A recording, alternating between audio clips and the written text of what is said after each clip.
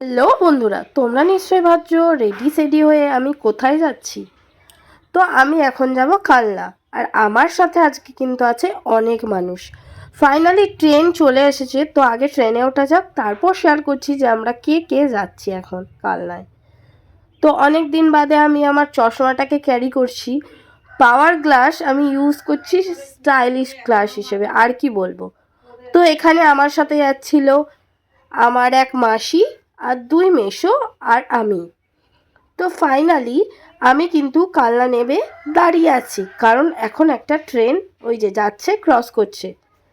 এরপর খাকা রোদের মধ্যে আমরা ফাইনালি চলে যাব টিউলিপ নার্সিংহোমে, যেই নার্সিংহোমে আমার কদিন আগে অপারেশন হয়েছে।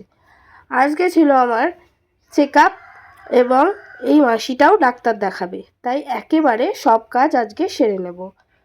তো ফাইনালি টিউলিপে পৌঁছে আমরা একটু বসেছিলাম ডাক্তার বাবু আসবে বলে।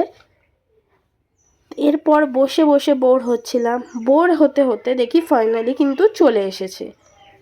এরপর মাসির দেখানো হয়ে গেল, এরপর আমি দেখাচ্ছিলাম।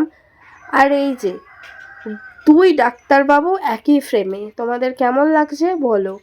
এরপর ওখান থেকে আমার চেক আপ সেরে এবং মাসির চেক আপ সেরে চলে এসেছিলাম ডক্টর ল্যাবে, কারণ মাসিকে দিয়েছিল রিপোর্ট আর আর্জেন্ট ইউএসজি করতে হবে।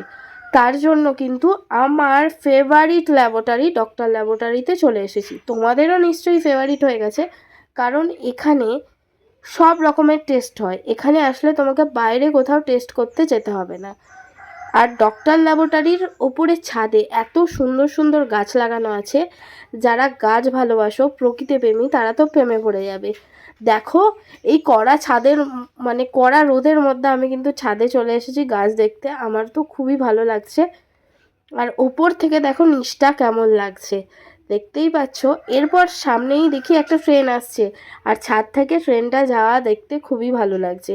এই কড়া রাধে নিজের মুখটা, বদনটা একটু দেখিয়ে নিলাম। আর আমার পেছনে যাকে দেখছেন সে হলো ডক্টর ল্যাবরেটরির মালিক, সে আমাদের খুবই ভালোবাসে। তো তার জন্যই বললো চলো ছাদ বাগানটা একটু দেখে আসবে কেমন। উনি গাছ প্রেমী, গাছ লাগাতে খুবই ভালোবাসে। আর এই ছাদে ওঠার জন্য এই স্ট্রাগলটা করতে হয়। তোমরা কে কে এই কড়া রোদে এই স্ট্রাগলটা করতে রাজি? আমার তো পা হাত পা থরথর করে কাঁপছে। এরপর আমাদের রিপোর্ট করে চলে এসেছিলাম মিষ্টির দোকানে মিষ্টি খাবো বলে। আর ওই যে আর এক ডাক্তারবাবু এসে হাজির।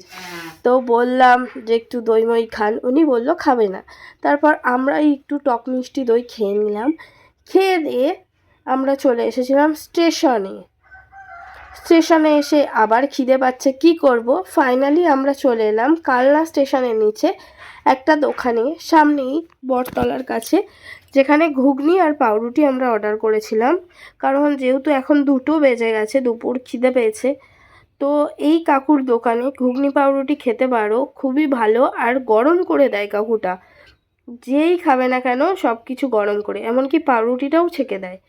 তো আমাদের খুবই ভালো লাগলো খেয়ে, পেটটাও ভরে গেল, মানে পেটের শান্তিটা হলো ফাইনালি। এরপর আমরা খেয়ে দিয়ে চলে এসেছিলাম স্টেশনে, গরমে হার্ট অ্যাটাক হচ্ছিল।